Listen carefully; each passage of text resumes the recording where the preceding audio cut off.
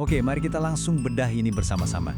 Selamat datang di explainer kita kali ini, di mana kita akan membedah tuntas dokumen Nota Keuangan RAPBN 2026 yang tebalnya mencapai 392 halaman. Buat kalian yang ngikutin isu ini, kita tahu, ini bukan sekedar tumpukan kertas.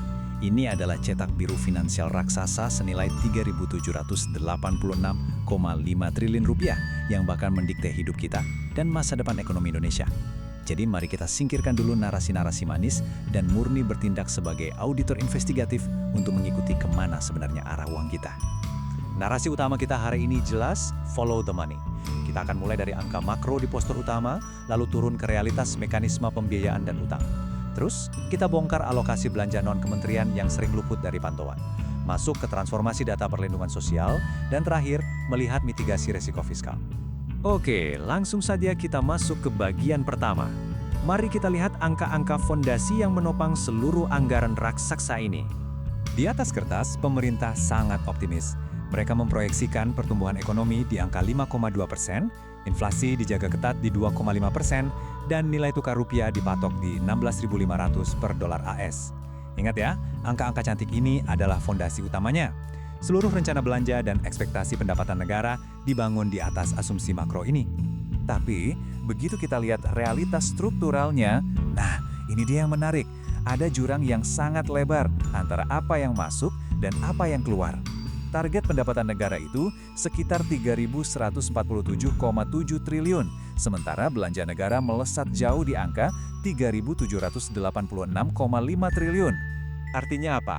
Ada selisih alias defisit sebesar 638,8 triliun rupiah. Itu sekitar 2,48% dari PDB kita. Secara teori ekonomi, pemerintah bilang ini adalah kebijakan ekspansif, instrumen counter-cyclical, untuk meredam gejolak. Terdengar keren kan? Tapi pertanyaan kritisnya, dari mana pemerintah mau nyari uang ratusan triliun buat nutupin lubang ini? Nah, itu membawa kita langsung ke bagian kedua. Selamat datang di dunia yang penuh dengan angka-angka kompleks, mekanisme pembiayaan, dan utang. Kalau kita baca dokumen resminya, istilah pembiayaan utang ini dibungkus dengan bahasa teknokratis yang sangat halus. Dibilangnya sebagai instrumen penjaga stabilitas dan pengelola portofolio, sangat dingin dan objektif. Tapi, mari kita dekonstruksi sedikit bahasa birokrasi ini dan lihat fakta kasarnya di lapangan. RAPBN 2026 berencana menarik utang neto baru sebesar 781,9 triliun rupiah. Coba bayangkan angka itu sebentar. Ini adalah tambahan utang yang sangat masif, yang katanya mutlak diperlukan agar mesin negara tetap menyala dan proyek-proyek prioritas bisa berjalan. Tapi jangan berhenti di angka ini saja, karena di tahun yang sama kita juga dihantam kewajiban ini, 105,3 triliun rupiah. Itu murni untuk membayar cicilan pokok pinjaman luar negeri yang sudah jatuh tempo. Jadi, apa kesimpulan objektifnya? Ini menghancurkan narasi bahwa utang baru semata-mata untuk investasi produktif. Apa yang kita lihat di sini secara belak-belakan adalah upaya bertahan hidup, sebuah mekanisme refinancing skala nasional. Istilah kasarnya, gali lubang, tutup lubang. Penarikan utang ratusan triliun itu adalah katup penyelamat utama agar negara kita tidak gagal bayar atau default atas utang masa lalu, sambil nekat mendanai janji-janji yang baru. Lalu, kemana perginya sebagian besar uang pinjaman dan pendapatan kita ini? Kita masuk ke bagian ketiga, alokasi belanja non-KL. Belanja non-KL ini adalah dana raksasa yang tidak terikat pada kementerian manapun. Di tahun 2026, totalnya menembus 1.638,2 triliun rupiah. Pengelola absolutnya adalah Menteri Keuangan sebagai bendahara umum negara. Fungsinya sebagai dana fleksibel dan antisipatif. Mari kita potong kue raksasa ini. Potongan terbesarnya benar-benar mencengangkan. 599,4 triliun rupiah tersedot murni cuma untuk bayar bunga utang. Bayangkan, hampir 600 triliun hangus hanya untuk bunganya saja, sebelum kita bicara soal bangun jalan atau rumah sakit. Sisanya baru dibagi-bagi untuk subsidi, kompensasi, dan belanja-belanja diskresioner. Dan disinilah kita menemukan anomali yang harus diawasi ketat.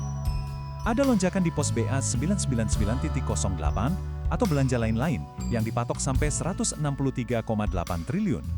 Pemerintah menyebutnya fleksibilitas instrumen. Tapi dari kacamata audit, ini adalah pintu masuk legal bagi pengeluaran dana super besar tanpa rincian program yang jelas di awal.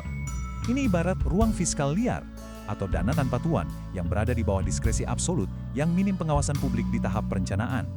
Sekarang, mari kita turun dari level makro ke level manusia. Kita bahas bagian keempat, transformasi data perlindungan sosial. Bagaimana uang ini turun ke masyarakat? Sistem bantuan sosial kita selama ini selalu dihantui dua penyakit kronis. Pertama, inclusion error. Orang yang sebenarnya mampu tapi malah dapat bansos. Dan yang kedua, ini yang paling bahaya, exclusion error. Warga miskin dan rentan yang benar-benar butuh bantuan malah nggak kedata sama sekali. Nah, solusi teknokratis dari pemerintah mulai 2025 adalah memberlakukan DTSN, Data Tunggal Sosial dan Ekonomi Nasional. Intinya, mereka mau menggabungkan semua database kemiskinan yang berceceran itu jadi satu sistem digital yang terpusat. Secara konsep, bagus. Program raksasa kayak PKH, Sembako, sampai BPJS Kesehatan bakal bergantung 100% pada DTSN ini. Tapi, risiko di lapangannya luar biasa tinggi. Kalau verifikasi datanya berantakan, exclusion error tadi akan berubah menjadi alat sabotase kesejahteraan bagi kelas menengah rentan. Artinya, kalau mereka terlempar dari database digital ini, otomatis mereka bakal kehilangan akses krusial, mulai dari penyesuaian tarif listrik subsidi sampai gas LPG 3 kilo. Tentu saja, pemerintah bukannya buta terhadap potensi masalah ini. Kita masuk ke bagian kelima, mitigasi resiko fiskal. Apa yang sebenarnya paling mereka takuti? Risiko pertama ada di pundak BUMN. Pemerintah memikul beban kewajiban kontingensi yang masif dari BUMN-BUMN yang menjalankan proyek infrastruktur dan energi. Tekanannya sangat besar untuk memastikan mereka nggak gagal bayar saat mengejar target operasional proyek negara yang ambisius. Lalu dari luar ada ancaman pergeseran makroekonomi global. Suku bunga yang liar dan harga komoditas yang naik turun bisa kapan saja mencekik arus pendapatan pajak dan biaya cukai kita. Kalau keran pendapatan macet, seluruh skenario APBN ini bisa berantakan. Di dalam negeri sendiri, inefisiensinya juga parah. Pemerintah daerah punya kebiasaan buruk menahan anggaran dan baru ngebut belanja di akhir tahun, yang bikin roda ekonomi mandek di bulan-bulan awal. Belum lagi bom waktu di BPJS, jutaan peserta non-aktif, dan tunggakan iuran yang mengancam ketahanan sistem jaminan kesehatan kita. Dan apa jurus pamungkas pemerintah untuk menghadapi semua risiko ini? Mereka berencana memakai sisa anggaran lebih alias dana sisa dari tahun-tahun sebelumnya sebagai bantalan atau shock absorber. Setelah membedah semua fakta ini secara dingin, kita sampai pada pertanyaan krusialnya. Mampukah target pertumbuhan ekonomi 5,2% tadi berlari lebih cepat dari beban utang dan kewajiban fiskal yang kini semakin meledak? Apa yang kita lihat di RAPBN 2026 ini bisa dibilang adalah akhir dari sinetronisasi ekonomi kita. Angka-angka ini memaksa kita menghadapi realitas pahit kedaulatan fiskal yang sesungguhnya. Datanya sudah kita bedah, sekarang giliran Anda untuk mengawalnya. Terima kasih sudah bergabung di Explainer kali ini, mari kita terus ikuti jejak uangnya.